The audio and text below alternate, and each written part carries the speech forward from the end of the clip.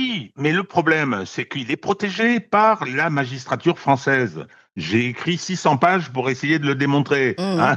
Donc, c'est que elle l'a fait élire pour commencer avec la liquidation politique de François Fillon, et depuis, elle évite soigneusement de lui chercher des poux dans la tête. Et pourtant, des poux, il y en a, on en voit. Hein, à commencer par la question de sa commission dans l'affaire qu'il avait travaillé pour la Alstom. banque Rothschild. Ah oui. Hein, Alstom. bon, voilà, mais il y a tout un tas de problèmes assez importants parce que la France, le problème, c'est que comme dans la plupart de ces démocraties entre guillemets occidentales, hein, regardez ce qui arrive à Ursula von der Leyen. Ah Je veux oui. dire, le monde entier sait son niveau de corruption, déjà avant qu'elle arrive, quand elle était au ministère de la Défense allemand et maintenant à l'UE.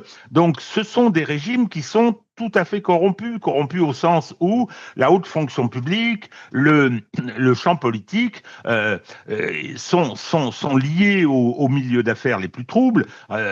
Bon, regardez l'affaire McKinsey.